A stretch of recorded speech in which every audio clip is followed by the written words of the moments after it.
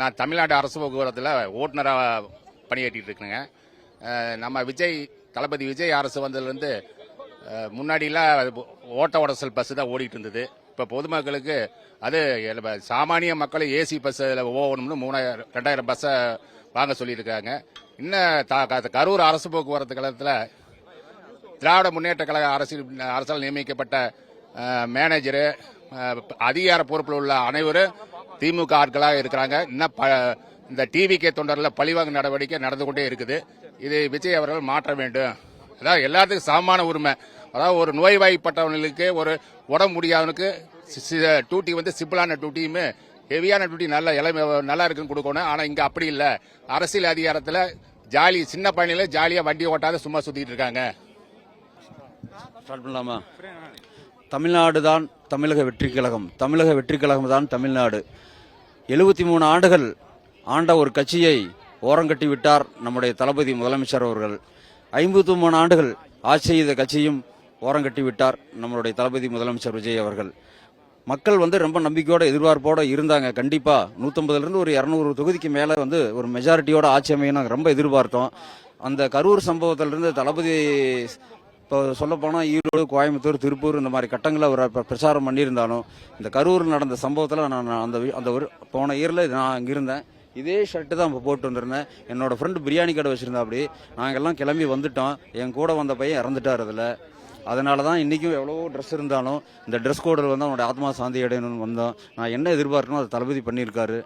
234 தொகுதியிலும் 2031 தமிழக வெற்றி கழகம் மிகச்சிறந்த ஆட்சி அமைச்சு ஒரு அரசு, ஒரு வரலாறு படைக்கக்கூடிய அரசாக நம்மளோட தமிழக வெற்றி கழகம் இருக்கும். தளபதி விஜய் அவர்கள் என்னென்ன சொல்லியிருக்காரோ அது அனைத்து திட்டங்களும் செய்வார். இந்த 5 ஆண்டு ஆட்சியிலும் மக்களோட குறைகள் புதுசாக வரும். நிறைய பண்ண வேண்டிய விஷயம்லாம் மக்கள் மத்தியில் புதுசாக ஒரு எழுச்சியாக வரும். அந்த குறைகள் எல்லாம் ஒரு மரிசலை பண்ணுவார். கலெக்டர் ஆஃபீஸு, அரசு, நம்மளுடைய கட்சி அலுவலகம், பொது மனு இதையெல்லாம் நாங்கள் படித்து ஆலோசனை பண்ணி நம்ம தலைமைச் செயலகத்துக்கு அனுப்புவோம். அந்தந்த மாவட்ட வாரீதியை அனுப்புவோம். எங்களுடைய தளபதியோட அரசுக்கு, தமிழக வெற்றி கழகத்துக்கு ஒரு நல்ல பெயரை உருவாக்கி கொடுக்கறதுக்கு இளைஞர்கள், பெண்கள், எல்லாம் படித்த பட்டதாரிகள் அவங்களுக்கு எல்லாம் மனு எழுதி கொடுக்க சொல்லி, முறைப்படி ஒரு அணையில் தண்ணி வரலையா அதுக்கு எந்த அதிகாரி பார்க்கணும், ஒரு ஹாஸ்பிட்டலில் சரியான நிர்வாகம் இல்லையா அதுக்கு எந்த டாக்டர்ஸ் பார்க்கணும், ஒரு என்னென்ன வீடியோவை பார்க்கணுமா, அதுக்கு மேல் துறையில் ஹெச்ஆர் பார்க்கணுமா, முறையான அந்த அலுவலகத்தில் இருக்கிற அதிகாரிகளை சந்திச்சு மக்களுக்கான நல்ல புரிதலான அரசு இருக்கும். மக்கள் எளிமையாக அணுகலாம். இன்னைக்கு அவர் சொன்னது அதுதான். யாராக இருந்தாலும் எளிமையாக அணுகலாம். யாருமே கவர்மெண்ட்ல லஞ்சம் கொடுக்க வேண்டாம். இது ஒரு ஊழலற்ற அரசா இருக்குன்னு சொல்லியிருக்காரு. யாரோ ஒரு அதிகாரி எங்கேயோ ஒரு தவறு பண்ணி வாங்கிட்டா அது தமிழக வெற்றிக்கு பக்கத்தில் சொல்ல முடியாது. புரியுது இல்லைங்களா? 1000 பேர் 1,00,000 பேர் ஒர்க் பண்ணக்கூடிய இடத்துல ஒரு அரசு அதிகாரி தப்பு பண்ணும்போது தமிழக வெற்றி இடத்துல இது நடந்து போச்சு அவங்க தான் காரணம்னு சொல்ல முடியாது. ஏன்னா 73 ஆண்டுகளா இவங்க எந்த இதாக இருந்தாலும் அந்த தவறு தொடர்ந்து வந்துகிட்டே இருந்தது. இப்போ நம்முடைய அரசு புதுசாக வந்ததுக்கப்புறம் ஒரு மாற்றத்தை கொண்டு வந்துட்டு இருக்கிறாங்க. கரூர் மாவட்டம் அரவக்குறிச்சி சட்டமன்ற தொகுதியில் நாங்கள் துக்காசி ஊராட்சி பஞ்சாயத்துலேருந்து வந்திருக்கிறோம். எம்பி எலெக்ஷனில் 40 தொகுதியும் தமிழக வெற்றி கழகம் வெற்றி பெறும். அதில் எந்த விதமான மாற்று கருத்தும் கிடையாது.